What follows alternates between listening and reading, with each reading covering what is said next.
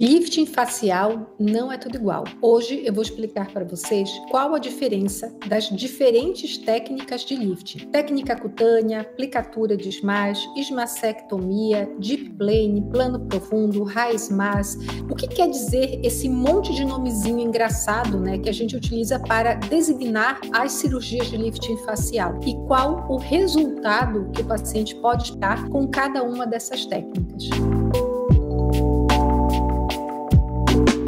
Então, essa paciente especificamente, ela já havia feito um lifting facial há 8 anos atrás e ela disse que quando ela fez essa cirurgia, não existia essa quantidade de informações, não existia o Instagram, e ela disse que ela foi no médico, ela pediu para melhorar a flacidez do rosto e ele falou que ia fazer um lifting facial, mas ela não sabia qual a técnica, como que funcionava, o que esperar de resultado. Ela sabia que existia uma cicatriz, ela sabia mais ou menos onde era a cicatriz, e o resto ela achou que era tudo igual. E eu vou dizer para vocês que essa é a percepção da maioria dos pacientes que me procuram aqui no consultório. Então hoje eu vou explicar para vocês qual é a diferença entre cada uma das técnicas de lifting facial. A primeira técnica que surgiu dentro da cirurgia plástica foi a técnica de plano cutâneo, em que a gente fazia um descolamento nesse plano 2, que é o plano do subcutâneo. Então a gente tinha todas as estruturas profundas, a musculatura para trás e a pele para frente. E o que o cirurgião plástico fazia? Ele descolava o subcutâneo e tracionava a própria pele. E o que vocês perceberam e que nós percebemos também? Ela tinha uma correção limitada e os resultados ficavam estigmatizados, que são aqueles resultados que os pacientes falam, que a boca ficou esticada para o lado, que o olho ficou estranho. Isso tudo era porque a tração, onde a gente fazia essa tensão, ela era feita na pele. E toda vez que você faz tensão na pele, você tem uma pior cicatrização, você tem resultados limitados e que duram um pouco tempo, porque a pele, ela não tem densidade para segurar a tração. É igual você querer fazer uma mamoplastia puxando a pele. A pele, ela é só a cobertura. Ela vai cobrir o trabalho que nós fizemos lá dentro, mas querer botar tensão na pele não é uma boa ideia para nenhum tipo de cirurgia plástica. E na face não seria diferente. E aí o que aconteceu? A técnica ela evoluiu e a gente chegou no SMAS, que é essa estrutura que nós temos atrás do subcutâneo. O SMAS é uma estrutura mais firme, ele é um tecido fibroponeurótico, ele tem um pouco de face, ele tem um pouco de gordura, mas é um tecido mais firme. E no início o que a gente fazia? Como os nervos da face, os nervos que dão a animação do músculo da face, passam por baixo do músculo, teoricamente a estrutura do SMAS é uma estrutura livre desses nervos. Então a gente começou a fazer suturas nessa estrutura do SMAS para poder tirar a tensão da pele. E aí tem várias formas de fazer a sutura, tem o max lift, tem o round block, aí tem vários nomezinhos engraçados que são formas de fazer essa sutura.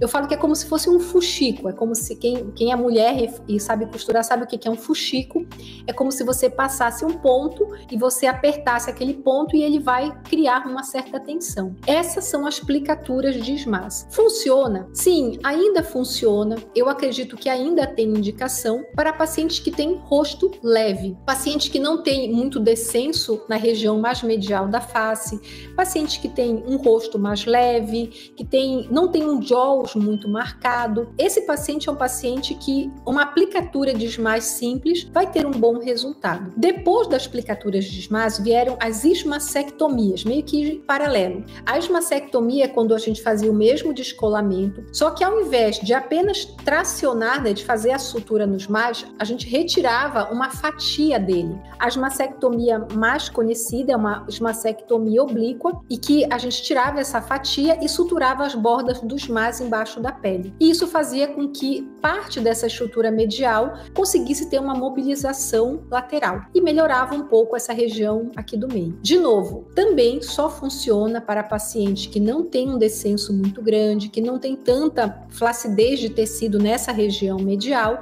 e que também tem um rosto mais leve. E foi isso que todo mundo percebeu, que dependendo do caso, da anatomia da paciente, os resultados eram melhores ou eles eram piores. E a partir daí surgiram as técnicas em plano profundo. Plano profundo é quando você descola abaixo do SMAS. Então você tem a pele, você tem o subcutâneo, você tem o SMAS, né? E você tem a estrutura que vem abaixo do SMAS. E aí o que acontece? A gente entra por baixo do SMAS e descola os ligamentos que fixam a face no osso lá embaixo. Então existem alguns ligamentos específicos que são importantes para nós que fazemos a cirurgia e que devem ser liberados. Por quê? Porque se eu tentar puxar o SMAS sem soltar esses ligamentos de baixo, eu não vou conseguir ter uma tração adequada. Eu vou ter uma tração boa, mas limitada. Então tem pacientes em que a gente faz uma liberação ampla, que é o SMAS estendido, e tem pacientes que a gente faz uma liberação um pouco mais restrita, que a gente não precisa de tanto descolamento. E esse é o SMAS tradicional. Você pode descolar o SMAS desde aqui de trás,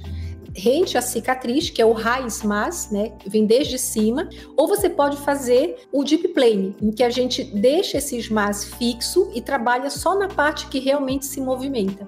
E é por isso que eu e o Eduardo gostamos tanto dessa técnica, porque na nossa cabeça, anatomicamente falando, ela tem lógica. Essa parte do SMAS, que é onde a gente faz a aplicatura, né? Ela é um SMAS que a gente chama fixo. Então, tentar mobilizar um SMAS que não vai ter, que não vai conseguir puxar essa parte medial, na nossa cabeça não tem muita lógica. Então a gente precisa realmente trabalhar no SMAS na área onde ele vai fazer diferença para o resultado da paciente. Então na nossa cabeça o deep plane tem mais lógica anatomicamente falando. Isso é uma discussão de especialistas, mas o que é importante para os pacientes, né? Para vocês saberem. Quando a gente trabalha em plano profundo e a gente libera esses ligamentos, né, que a gente faz o SMAS estendido, a gente consegue mobilizar praticamente todas as estruturas do terço médio da face. Então, mesmo o paciente que tem o rosto mais pesado, que tem o sulco mais marcado, que tem um jaw mais volumoso, elas conseguem ter um resultado muito interessante. Elas conseguem um real reposicionamento das estruturas da face. Sabendo disso tudo, isso vai rejuvenescer todo mundo?